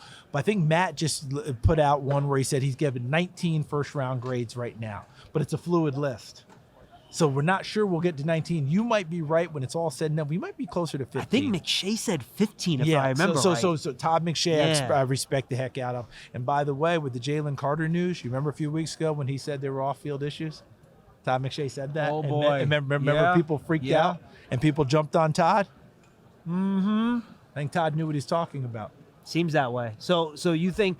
So I guess to put it broadly, then at 25, the Giants might have to draft somebody with a second-round grade, is what you're telling me. But that happens every Of course it year does. in Of the course it does. draft, and you're hoping that you're drafting somebody with a second round because that means you're drafting later in the draft, which means you had a good year. Now this quarterbacks class, I know that's not really what you want, but you want to be drafting later. the quarterbacks class, Charles, look, there's no Oliver Luck, there's no Herbert in this class, no matter how much you may like some of these guys. Oliver's very happy you said that because you said that ahead of Andrew. He's very happy. You told him know, Oliver. I'm showing my age. But Oliver's happy. I'm He's- showing my he- age. right now, when Oliver Luck sees this tape, he's going to send it to Andrew and go, "Told you, kid, I was better than you." I'm old enough to see him play. That's the problem. See, you and I saw Oliver. I know Luck. we did. We saw Oliver Luck at West Virginia, who won a Rhodes Scholarship. Point being, though, Yeah, I know you didn't. we know these guys, these quarterbacks will Right. always be overdrafted. So if there's going to be 4, Hey, Paul, or by the maybe way, 5, how high? I know the Alabama kid's small. That dude can play the quarterback All right, position. no I man. Just saying. understand that. And But it depends how on who- How high are we talking here? Listen, we could easily have, okay, you got Young, Stroud, Levis. Who's the fourth? Richardson, right? Richardson. If Hooker didn't get hurt from Tennessee, Right. we'd be arm wrestling right Right, now, right. right? Yeah, I agree. So, out of that, we could easily have 3 in the top 10. 3 in the top 10. We could have 3 in the top 10. I don't think we get 4 in the top 10. I think we get 3 Okay. in the top 10. Richardson, someone's going to fall in love and take him because they don't want to risk someone else getting him. Right. And he may go higher than really what you're dictating. I don't think you draft him at this time to be your starter. You draft him to be your starter down the road because he just hasn't played enough for me, and I haven't seen the consistency. Now, will he be a better pro? Perhaps. If he gets the right quarterback guru, he evens out his footwork, all the other things you have to do. I was stunned he came out for football reasons, but I'm not sure he felt like that was the place for him with Billy Napier coming in after he played for Dan Mullen. Maybe that was part of what it was. I don't know. But look on the hoof, Anthony Richardson, no question, the best looking quarterback in this draft, most impressive physical specimen, but not the best quarterback as we start the draft. Now we'll see how it goes. Look, Did any of you have Brock Purdy in the top of your draft? Okay, and it's so funny how people want to come for you and say, how come you didn't have Brock Purdy? No one had Brock Purdy. And that's not a knock against Brock Purdy. It's just what you saw. Go back, watch everyone's evaluation. People are revealing their evaluations, and really top people saw him in different places, different times. He wasn't that guy there for them, but at San Francisco, Kyle Shanahan's a terrific coach. The system is wonderful, great people. C.J. Beathard looked viable in that offense, even when they weren't winning. Nick Mullins looked viable in that offense. This is why this is an art and not a science. Jimmy Garoppolo looked It just viable is. in that system. If there's a system any quarterback wants to get to, that's a great system to get to. By the way, let me ask you about a quarterback question, which is a little in reverse. Washington's talking about Ron Rivera saying that Howell's the leader going into opening day, or Yeah. at least going into training camp. For Do you now. buy that, or is Washington a quarterback-needy team? I buy it, but I think Washington's going to look for a veteran. A veteran. I think they're going to look for a veteran. They're They gonna have to look be for a guy. tired of being on that carousel, though, Yes, man. but I'm not Ugh. saying a veteran to start. I think they Yeah. really are investing in Sam Howell. Remember where Sam Howell was the year before the draft. We were talking about Sam Howell maybe being the top quarterback in the I know. draft. And it wasn't Big and physical and strong. and it wasn't nonsense. No. He was a good-looking kid, good thrower, but then he lost weapons. Remember, De'Ami Brown, Daz Newsome, The running They're backs. both running Yep, backs. Javonte Williams and Michael Carter. Yep. Offensive line, couple guys were gone. He had to end up changing to become that extra runner. You remember how good a Right. runner he No was doubt. his last year there? Yeah. No doubt. And for whatever reason, it seemed to ding him come draft time. He ends up going from what we think is going to be a first-round guy to a fifth-round guy, but his talent's better than fifth round. And if they like him, I think they're going. I think that's their intent.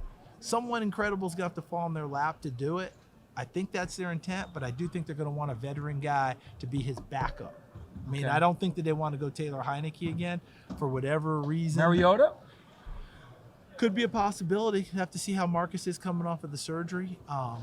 He's one of my favorite people ever in the game of football. I don't know if you guys ever spent any time I have with Marcus not. Mariota. Good dude. When he left at the end of last year and it said he left the team when he lost the job, none of that felt right. That didn't feel like the Marcus Mariota I know. I'd like to know the rest of the circumstances.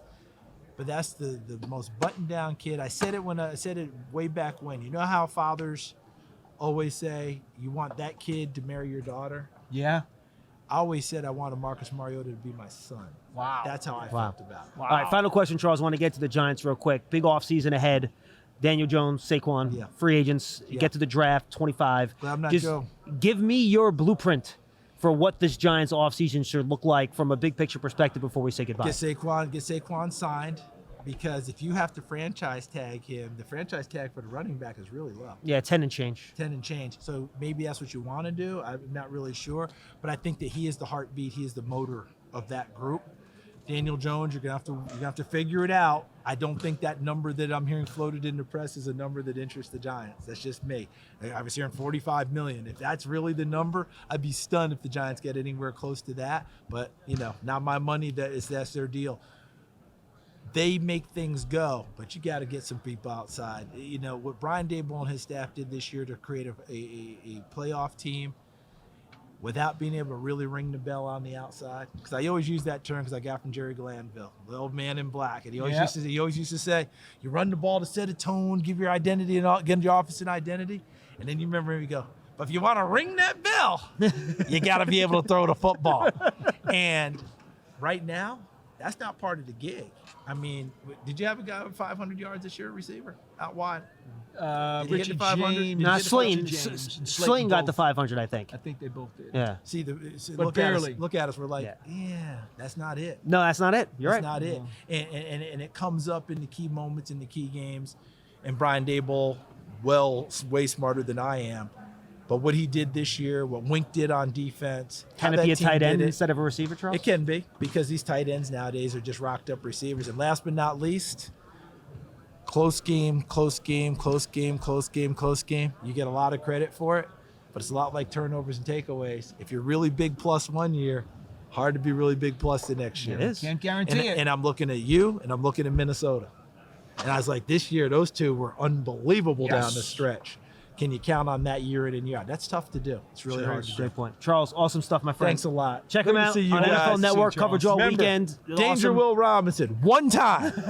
And we'll have Charles on the Giants Huddle later on in the offseason. We'll be back with more Big Blue Kickoff Live right after this. All right, we're back here at the NFL Combine in Indianapolis. John Schmeelk, Paul Dottino with you. Our final segment of the show, we're joined by Art Stapleton, who covers the Giants for The Record. I'm going to try to take your calls with him. So I got about 10 to 12 minutes with Art, so maybe a little bit more if you get some calls in here. So get in at 201-939-4513, 201-939-4513. Pearson's back in the shop. He will make sure we get everything up here and ready to go here on Big Blue Kickoff Live. Art, let's start here. You had a chance to monitor the cornerback media availabilities today, which could be significant for the Giants. Paul and I were doing some pre-records at that time, so we were not out there. Give us a feel for this rather deep cornerback class where you could even see maybe 4, 5, 6 guys off the board before the Giants even select. Yeah, it's pretty crazy. You know, obviously, thanks, guys, for doing this. It's always fun to come on with you guys. You know, I think what's funny is, as I told you guys earlier off air, is, you know, everybody who has length wants to be Richard Sherman. You know, who reminds you, you know, what guy reminds you of yourself? Yeah. Oh, Richard Sherman. The guys who are more physical, who play inside, want to be Jalen Ramsey. Yes. You know, and then obviously the big comparison is Sauce Gardner from last year. The idea, you know, there were a couple guys, well, your interceptions really are down. And they're like, well, it's, you know, remember last year Sauce, no one threw at Sauce. So, you know, I can be Sauce. I thought Joey Porter came off as kind of the alpha of the room. Obviously, he's got the legacy with his father, a longtime Steeler linebacker. So he talked a lot about, you know, growing up on the fields with the Steelers and the practice fields and running routes with Antonio Brown, which I thought was interesting. He seemed a little mild-mannered for Joey Porter's kid, though. He did. You know what he said? He actually said, I'm my dad on the field, but I'm my mom off the field. He said, I'm more reserved off the field, and I like to smile. And some of the Pittsburgh guys, the reporters, said, you smile an awful lot to actually be considered Joey Porter Jr., because Joey Porter never smiled. And what's the notation I wrote? Clark Kent. Yes, and it really was. And, you know, he was out there, and, you know, it was, you know, kind of funny, because you know what the stories are for some of these guys. You know, but the talent pool is so deep that I felt like it was condensed this morning. There were guys that I couldn't go over to listen to. I wanted to hear Devin Witherspoon from Illinois. You know, the Illinois guys are pretty impressive, both corner and safety. Yeah, Sidney Brown was great today. Sidney Brown was great. I heard him. I wanted to go over to see Cam Smith. I saw him from the side from South Carolina. Little small. I thought he was smaller than what I anticipated. I was there for Keely Ringo from Georgia. That was interesting. He talked about his speed, and the only thing faster than the speed on the field is the way he talked. I can't imagine. I feel for whoever does the transcripts for the Giants, if Keely Ringo ends up getting selected and comes here, I would not want to put my hand, and I'm saying that to the future Giants PR interns, you do not want the short straw. Fast talker? Oh, man. If he's fast on the field, I think they said he hit 24 miles per hour, according to Next Gen Stats, for a return this year. He talks 50 miles an hour at the podium. Wow. That's pretty impressive. Yep. All right, so Art, let's get the Giants-specific stuff again. You guys want to get it on the phones? We can do that at 201-939-4513. Otherwise, we'll take some calls with Art. You can get a little closer to the mic for me a little bit, Art? I'd appreciate that. Thank you very much. All right, boy, all the talk this week with the Giants is Daniel Jones. What do you think's going to happen with Daniel Jones? What are you hearing?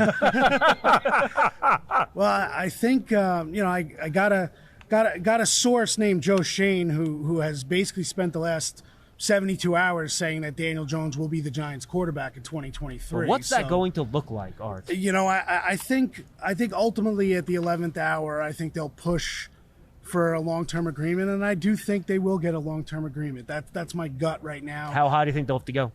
You know, I think 37, 38 a year will probably need to get it done. You look at the guarantees. I mean, here's the deal, guys. We all know, and that's why Joe is being so forthright. And then also length is important too. Also, by the way, in that, and when you can get out of it, all that sort of stuff. You know, but I think the Giants are being forthright by saying it publicly. Is the idea that, look, we're giving you the franchise tag on Tuesday if you don't accept the long-term deal. So you're getting $32.4 million guaranteed for 2023. You're going to turn down a contract and give up 70 more million guaranteed if it's a long-term deal, and risk walking that tightrope that you luckily made it through last year without getting an injury. I think when push comes to shove, I think the Giants hold the hammer here, and I think they're going to use that franchise tag to their advantage. I think they would rather not use the franchise tag, of course, clearly. But I think Joe Schoen, he talked contingencies last year. I think they'll have contingencies this year, and I don't think they're afraid to use the tag because they also know it could be a placeholder for the rest of the summer. And when it gets to a point, I just don't see Daniel Jones holding out for a certain amount of money off of what the first 4 years of his career has been. Paul, just to follow up real quick, I feel though, if the deal doesn't get done quickly, the Giants are going to come with their best offer now to avoid the tag, right? I mean, it doesn't really help to reduce his first-year cap hit in July or June because there's no one left in the free agent market to spend the money on, right? So I would imagine whatever the Giants' best offer is going to be is probably going to come before the franchise tag deadline or at least before the start of free agency because, once guys start signing and there's nowhere to spend that money, why would you then increase your offer later because it's not really then helping you, is it? Well, yeah, I mean, in theory.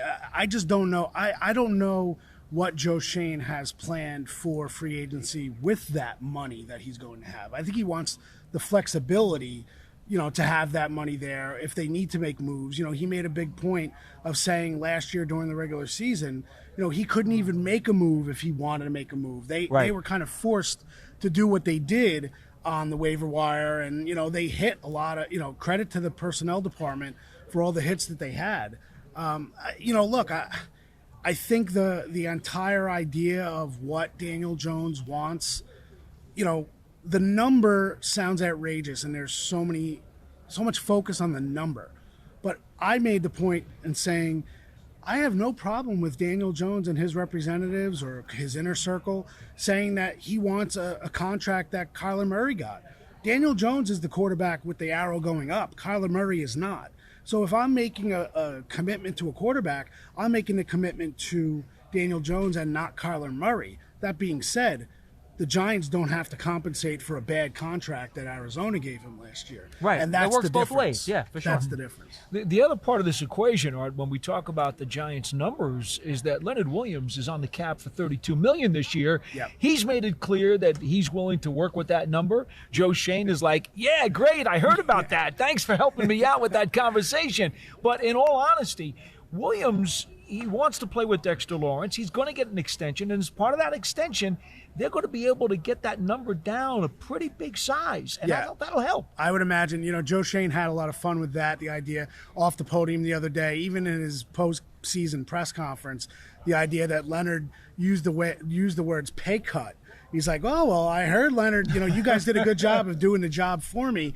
I think that was an example of a player not really getting into the details of the difference between a pay cut and a restructure. Right. Because a restructure and ripping up the contract is a lot different than a pay cut, which is what some of the players had to take last year to stay. That also part with Leonard, it's Leonard and Dexter, and no disrespect to anybody else. Joe Schoen made a big point the other day to talk about how defensive line is a premier position. So to me, that was really one of those things that stuck with me on Tuesday when Joe talked, was the idea that you want to talk about all these other positions. Giants are sitting there at 25. If one of these defensive linemen spring free that you think you can play with Dexter and Leonard, it would not shock me at all to see a defensive lineman in that spot, just because they identified it as a premium position. And Shane made the point, heard you guys earlier with Jim Nagy, which was a great interview. He made the point, the last couple of years, the interior guys who have come out in the draft have not produced to the level that they've expected. So that pool is getting shallower and shallower. And what happens now is the contracts will go up and up and up. because you have less guys. So you look like a Dexter Lawrence. They look like geniuses for picking up the fifth-year option to pay him around $10 million this year. But you can bet that they are looking to get him that contract extension sooner rather than later, because if you do it 6 months from now, you may be looking at, $25 million a year for a defensive lineman like that, just the way the market's and that's one of the reasons why I think they'll extend Leonard probably another 2 years. Yep. Because they don't want to lose him. Joe Shane said very succinctly, he's a very good player. And when him or Dexter weren't on the field last year, that made a big it difference. Did not go well. So 100% with you on that. And then I guess the other question you have to ask then to Art, and Joe, I'm not going to say Joe poo-pooed this, but you do have to do work here on the offensive side of the ball to see how much better Daniel can be if there's better pieces around him. And whether that's interior offensive line, whether that's wide receiver, whether that's tight end, take your pick.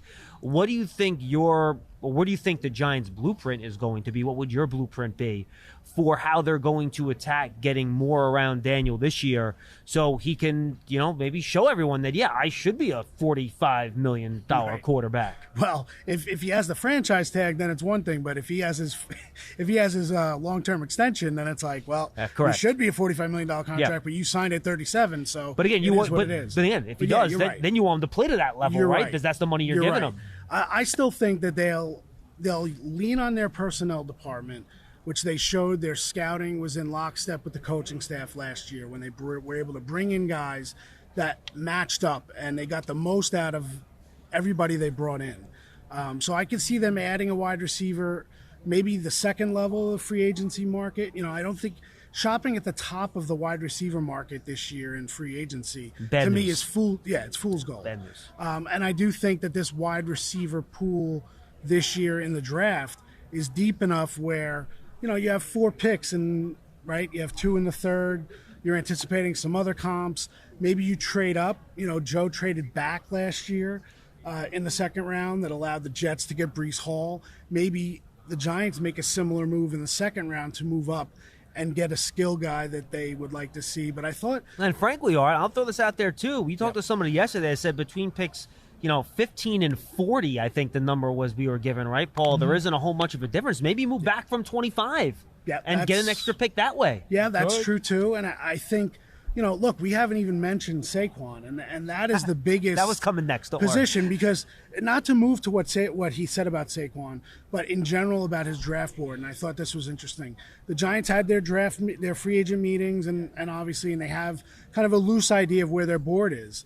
And he said that they will give guys an extra bump in February that, they can see, okay, if we don't sign this guy, we need to have that bump on our board.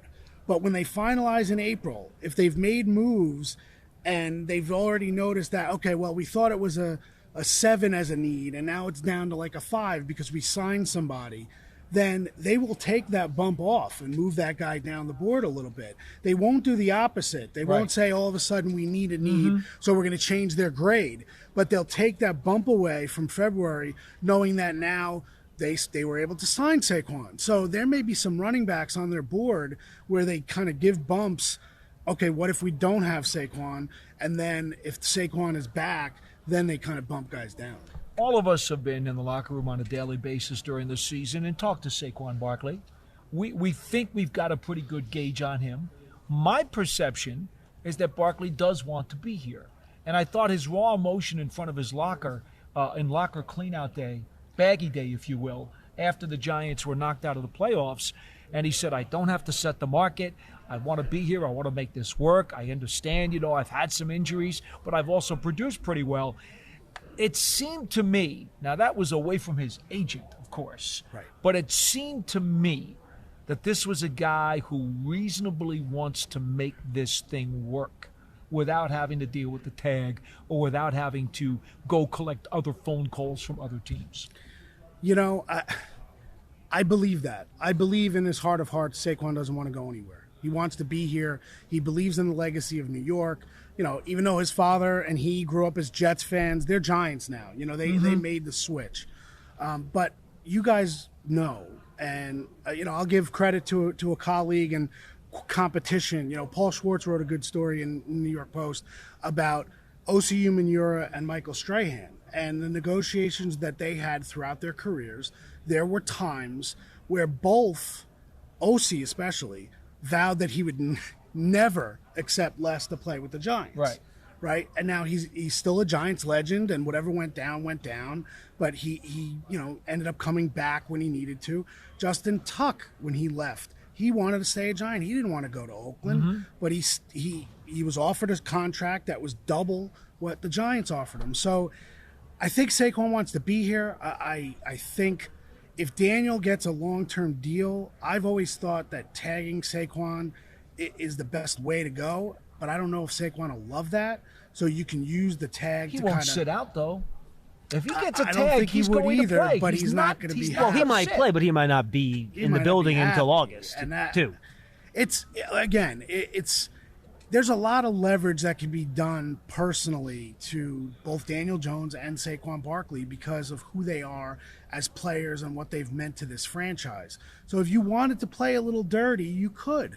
You could force them to show us, we want to see how committed you are to be here. Now, I'm not saying Joe will do that, but I think Joe Schoen has been very clear. They want both players back. They're cautiously optimistic they can get both back, but I think that's negotiating both ways without getting into too many details. I think ultimately they've made it clear that Daniel will be back.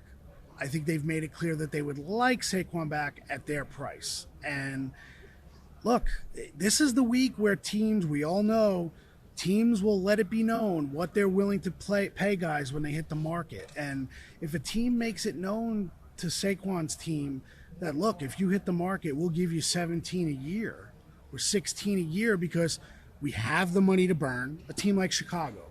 We have the money to burn.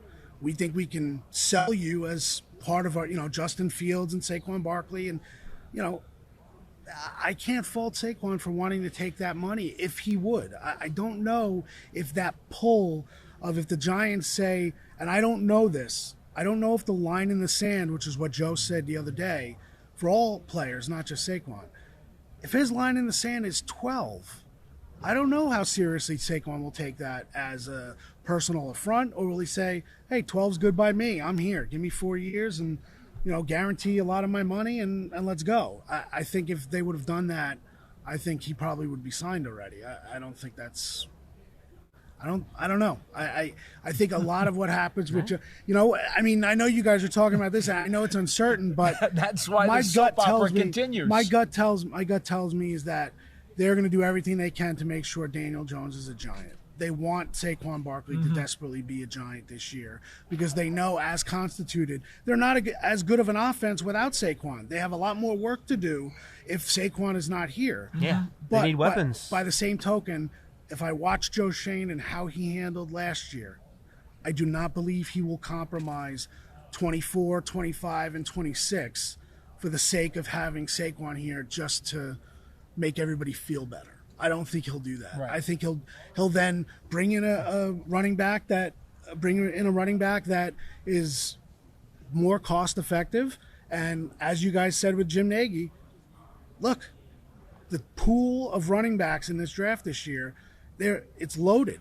Now it doesn't guarantee anything, but you take a running back now in the 3rd round, 4th round, complement him with a free agent, and maybe you have more money to spend to make sure you get Dexter Lawrence, and then you start thinking about Andrew Thomas and Xavier McKinney and guys moving forward. So the Saquon question is the one that I don't think we have a true answer to. We have the Daniel answer. It's just a matter of what the contract is going to be. Daniel will be here. I don't know if Saquon will be here, and that's weird to say on March 2nd that I'm not sure if Saquon Barkley, arguably the team's best player, would be in the uniform a month from now. Okay, time is short, but I want to get a quick thumbnail from you on 2 lesser priority free agents, but guys who the fans really love. Julian Love and Nick Gates, who are both revered by Giants fans for what they brought to this organization. Yep. But, again, there's only so many dollars in the bank. I go to Gates. I think there's a good chance that Nick Gates and John Feliciano are both back. Both, huh? Both back. I think they'll both be back on economical contracts. I think they both want to be here. and then we'll see. Do they try to upgrade that spot through the draft? I think then, I think that first they probably hope that they have some upgrades with guys that may have gotten injured last year. What happens with the Zudu? Is he back right away? I think they have some questions on their offensive line. Joe made the point the other day of saying, I came here last year at the Combine, we had 5 healthy offensive linemen on the roster. Now we have 14. So they made a concerted effort last year. So I do think that if Gates wants to be back and he's willing to not look to go take the best deal he can get on the market, I think he will be back.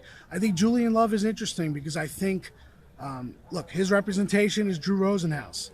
Drew takes care of his clients. Drew does not necessarily take care of his clients' teams. Drew's going to get Drew. That's why you're with Drew. He's going to get you the best deal.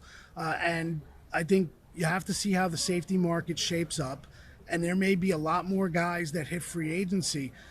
John Johnson, it was reported the other day that he's going to be cut on the first day of the league year. So I think Julian Love wants to be here. I think he speaks like a Giant when you hear interviews, as vocal as he's been about the Eagles and Sirianni. Great and all organization that stuff. guy. No, absolutely. But you know what? I do think there is part, and Julian even said this. He feels like he's worth something. He wants to be treated like he's worth something, that he's not just that extra part, that duct tape. That was kind of a slight against Julian Love. It was meant to be a compliment, but when the previous regime called him duct tape and said, well, if we have a hole, we can just put duct tape on it, meaning Julian Love can just fill that hole. I think Julian believes that he is worth more than that, and he showed that value, and I think he wants to be treated as such. So, like you said, Paul, these are secondary moves that are important. If I had to guess right now, I'd say Julian Love gets a better contract elsewhere, probably goes somewhere else. They replace him in the draft. They see what Dane Belton can do with Xavier McKinney at safety. And they got Pinnock, too. And Jason Pinnock showed a lot last year. Yes, absolutely. And I do think Nick Gates will be back, and they certainly made it seem like John Feliciano will be back if he wants to be. And that's not assigning starting jobs to anyone, but these guys will be part of the rotation and then see how they can upgrade through the draft and through the secondary markets and free agency. Just a quick 10-second follow-up on Julian. Both Brad Spielberger, who does the salary cap stuff for Pro Football Focus, and I think when we Mike Garafolo on, that's the Giants Huddle today, by the way. Go check that out, folks. They've had his contract projection in the $6 to $7 million a year area. I think if it's there, he's probably back, right? I would agree. I think 6 or 7, that's it. I think if there's a team that somehow gets in the double digits, it gets dicey, right? Yeah, and look, even 9 might be too rich. I mean, I give all respect to Drew Rosenhaus. We've seen his work in this league. He might be able to go to a team and get $9 million a year. And by the way, Love. Good for Julian. He deserves it. He's a good player. Yeah. I think he was the second safety in the NFL this year in terms of tackles, total tackles. He was right up there. He played every game, right too, there. right? He played every healthy. game, and he's versatile. Just off the top of my head, he won 2 games for the Giants. The interception against Baltimore, right? And he had the sack of Baker Mayfield that closed that game out against Carolina. Yeah. And then he had the recovery in Jacksonville when Xavier punched the ball free from ATN in the end zone. So, and by the way, what was he had the tackle, too, at the end of the Washington game near the goal line. Wasn't Julian in on that tackle, too, to stop him from going into the end zone? I recall? I don't remember. which one, the first one or the second one? I don't remember. Both I don't remember Washington which games game were it pretty was. crazy. The one where the guy caught it at like the 2-yard line on the final drive, and they pushed him away from the goal line. I don't remember which game, whatever it is. But yes, it was that was Jacksonville.